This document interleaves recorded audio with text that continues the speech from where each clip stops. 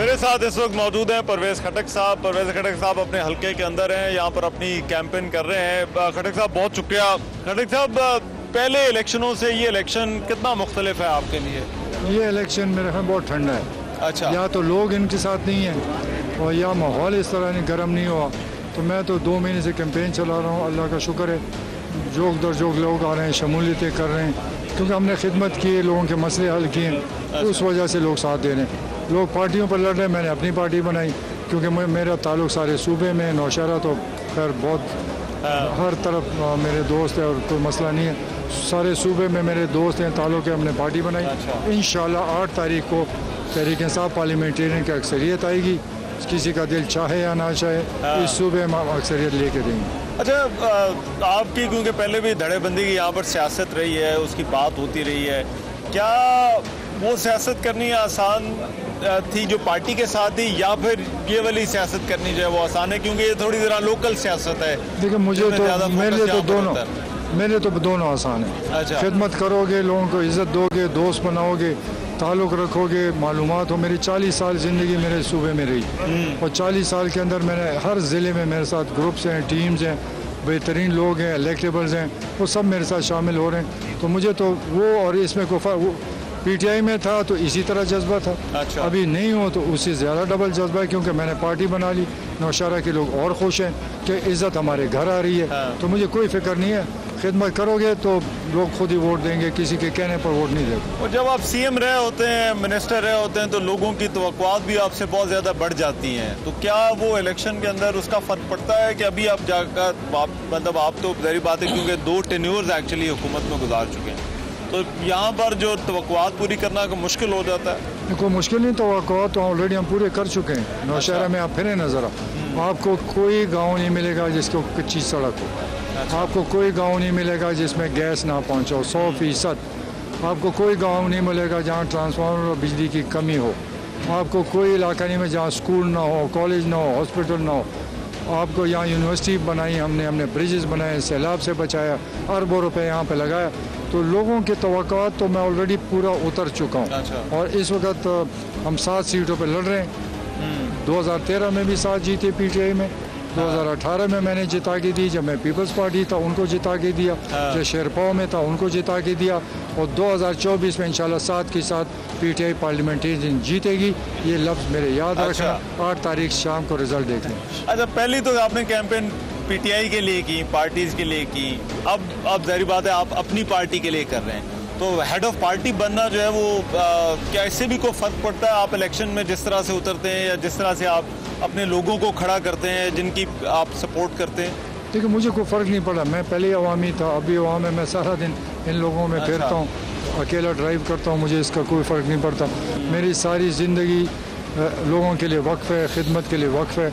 मैं अपनी खिदमत करता रहूँगा और उसका सिला अल्लाह देगा, मुझे कोई फ़र्क नहीं पड़ता। 2 हुकूमतें तो पीटीआई की, आप भी उसका हिस्सा थे, लेकिन पीटीआई ने हैट्रिक है यहाँ पर। तो आपको लगता है कि इस मरतबा जो है वो चीज़ें बिल्कुल मुख्तलिफ हैं? हैट्रिक नहीं, इस दफ़ा इनका सफाया हो। मैं आया हूँ इनके खिलाफ। मैं आया हूँ इनका मुकाबला करने। पीटीआई को मैं दिखाऊंगा, पीटीआई इस सूबे में मैंने बनाई। ये जो आप MNAs MPs देख रहे हैं, 60% मैंने शामिल कराए, तभी रिजल्ट दिया। हमने ग्रुप्स बनाए, ज़िलों में ऊपर नीचे इकट्ठे किए, बड़ी मेहनत की, तब ये रिजल्ट आया। ये इस दफ़ा पता चलेगा इनको कि मैं नहीं होगा, इंशाल्लाह इनको कुछ भी नहीं मिलेगा। लेकिन इनकी जो पॉपुलैरिटी के दावे हैं, झूठ है। ये आप लोगों ने दावे बनाए, कोई पॉपुलैरिटी नहीं। ये इतने जो मैंने जमा किए, मेरे रोज़ 4-5 इस तरह प्रोग्राम होते। अच्छा। ये पीटीआई मैं नौशहरा में लेकर, मैं जब आया तो यहाँ 100 लोग भी नहीं थे। पॉपुलैरिटी कोई नहीं, पॉपुलैरिटी टीवी ने बनाया हुआ है। असलियत इनकी 8 तारीख को पता चल जाएगी कि इनकी क्या पॉपुलैरिटी, क्योंकि इमरान खान ने सारा झूठ बोला, वादे पूरे नहीं किए, झूठ बोल कर लोगों का दिमाग ख़राब कर दिया। ये कहता था कि नया पाकिस्तान बन रहा है। कहाँ नया पाकिस्तान? डॉलर की बारिश होगी, कात पड़ गया। कहते हैं लोग रोज़गार लेने आएंगे, अब रोज़गार के लिए फिर वापस लोग जा रहे हैं। कहते थे जो कर्जा लेता है उस मुल्क का दुश्मन है और मैं खुदकशी करूँगा।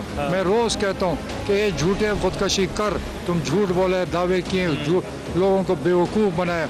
मेरे जैसे आदमी बेवकूफ़, मैं समझा कि यहाँ खुशहाली आएगी, रोज़गार होगा और मुल्क तरक्की करेगा। खाक 4 साल में मैंने 5 साल मेहनत की, रिज़ल्ट दिया, यहाँ पर बेहतरीन गुड गवर्नेंस की, अस्पताल ठीक किए, स्कूल ठीक किए, थाने ठीक किए, लोगों को इज्जत दिलाई, उसी पर उस बेस पर वो इलेक्शन जीता। अगर मैं यहाँ फेल होता तो इमरान खान पाकिस्तान में नहीं जी सकता था। आप जैसा बंदा कैसे बेवकूफ़ बन गया? आप इतने माशाल्लाह सीनियर सियासतदान है, समझदार सियासतदान इंसान है, गलती हुई, मैं समझा कि सच्चा है।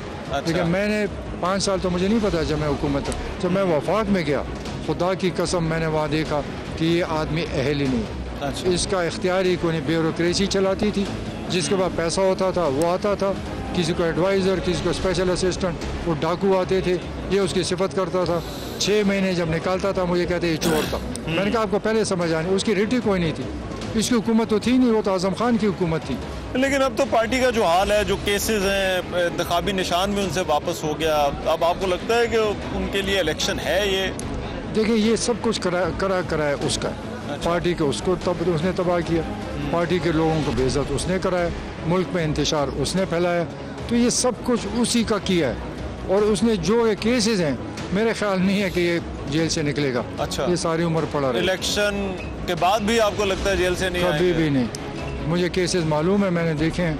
मैं खुद नैब में पेश हुआ, जो 190 अरब पाउंड्स का केस जो है, वो तो ऐसा दिन के रोशनी में चोरी है कि मैं हुकूमत का पैसा तुम्हारे अकाउंट में डाल दूं, तो इससे बड़ी क्या काम है कि उसे अरबों रुपए खा गए बीच में। तो ये लूट मार के ले आते हैं, मौका देख रहे थे, मौके पर इसने फ़ायदा उठा लिया। रफ़ीक साहब, आगे क्या देख रहे हैं मंजरनामा? क्या कोई एक पार्टी आपको लगता है कि हुकूमत बनाने में कामयाब होगी, या फिर जिस तरह से है पहले मिलजुल कर ही ये कोई हुकूमत बनती हुई नजर आ रही है इलेक्शन के बाद आपको? मैं तो कुछ नहीं कह सकता। देखिए, इमरान खान ज़ाती कुछ भी नहीं है, लेकिन बदकिस्मती से, ये बदकिस्मती ये जो बाकी ये नाहल है, ये बाकी इस मुल्क के हमदर्द नहीं। अगर इनमें से कोई लीडर होता तो इमरान खान ना चढ़ता, चूँकि वो नाहल है तो लोग समझते हैं कि इमरान खान हमारा निजात दहिंदा है। ऐसा कोई बात नहीं। मैं मेरे से नज़दीक पाकिस्तान में। लेकिन आपको लगता है कि कोई एक पार्टी वाज़ेह अक्सरियत लेने में कोई कामयाब होगी या नहीं होगी? ये मैं कुछ नहीं कह सकता। इलेक्शन का किसी को अपना नहीं पता होता कि मैं कल जीत रहा हूँ या नहीं जीत रहा हूँ, ये कोई प्रेडिक्ट नहीं कर सकता। इस मुल्क में कुछ भी हो सकता है, सुबह कुछ शाम को कुछ। अच्छा, आपको लगता है पीटीआई कभी इन मसलों से निकल सकेगी? पीटीआई, चले इमरान खान की तो आपने बात की, जो पीटीआई है वो किसी तरह से इन मसलों से निकल सकती है? देखिए, बात ये है ना कि मैं अगर कुआं खोदूंगा सबसे पहले मैं गिरूंगा। उसने कुआं खोदा, खुद गिर गया, वो अपने आप को निकालते निकालते वो गुजर जाएगा। और मुझे तो अगले 5 साल दूरबीन में नजर नहीं आता। अच्छा, तो अगर कोई कहता है कि पीटीआई का कोई ग्रुप कहता है और वो कहता है कि आए खटक साहब दोबारा इकट्ठे जो है वो कुछ चले साथ, आगे कोई सिलसिला बने ताकि सूबे को चलाना है, तो क्या आप उसके लिए आमादा होंगे? पीटीआई के साथ मेरा कोई ताल्लुक नहीं है। पीटीआई को तो है ही नहीं। उनका कोई ग्रुप? तो उनका कोई ग्रुप भी नहीं है, सब आज़ाद है। अच्छा, आज़ाद, मुझे पता है आज़ाद क्या करते हैं। अच्छा। जब इलेक्शन होगा मैं आपको बताऊंगा। ये चमक के साथ जाएंगे, कोई चमक के साथ जाएगा, कोई वजारतों पे जाएगा, कोई लालच पे, कुछ ना कुछ होगा और इनको कुछ नहीं मिलेगा। आप कह रहे हैं जो पीटीआई के जो लोग आज़ाद भी अगर हो गए तो उनका भी कोई पता नहीं है? आज़ाद का कोई पता नहीं को क्या करता है, आखिरी वक्त में वो क्या करता है। वो आज़ाद किसी का नहीं होता। क्योंकि सियासी लोग अपने फैसले खुद करते हैं, उनको जो बेहतरीन नजर आएगी वो करेंगे। अब मुल्क में इस्तेहकाम के हवाले से आप होपफुल हैं कि ये 8 फरवरी के बाद चीज़ें कोई थोड़ा सही ट्रैक के ऊपर चली जाएंगी? नहीं, मुझे जो लीडरशिप पाकिस्तान में देख रहा हूँ मुझे नहीं नजर आ रहा। ना महंगाई कम होगी, ना इकॉनमी बेहतर होगी, इनके पास प्लान ही कोई नहीं। क्या सर इसका हल क्या है फिर? अगर आप इसका हल है कि सबको जहाज में डालें, तुर्की की तरह समंदर में फेंकें। अच्छा, हाँ बिल्कुल। और कोई इतना ये काम भी तो किसी को करना पड़ना है। तुर्की में हो चुके, अल्लाह करे इधर भी कोई ताकतवर आए और मेरे साथ सबको जहाज में डाले और नीचे फेंके, ताकि कोई अच्छे लोग आए, ईमानदार लोग आए, इस मुल्क को ठीक है। गरीब लोग मर गए, तबाह हो गए, ये अयाशिया करें, रपति बन गए। तो जिन्होंने ये तुर्की में काम किया उनको ये काम इधर भी करना चाहिए। उनको बुला लेते हैं कि आ जाओ। अच्छा, होपफुल है इलेक्शन के हवाले से? इंशाल्लाह और उम्मीद है अपनी ये जो सीटें जहाँ जहाँ आपके कैंडिडेट है वो खड़े हैं। मुकाबले करने आता है वो शिकस्त के लिए नहीं आता। अच्छा, वो फतेह के लिए आता है, मैं फतेह के लिए फिरता हूँ। मेरा एक एम है, मैंने एक एम पर पहुँचना है, मैंने एक टारगेट रखा हुआ है, उस टारगेट पे क्या टारगेट क्या है वैसे? टारगेट में कि अपनी पार्टी को मैंने अक्सरियत इंशाल्लाह जीतेंगे। हमारे पास बड़े अच्छे लोग आए और 8 के बाद फिर मैं से सवाल करना मैं बता दूँगा। चले 8 के बाद आपके पास फिर दोबारा आएंगे। चले, बहुत शुक्रिया खटक साहब, थैंक यू।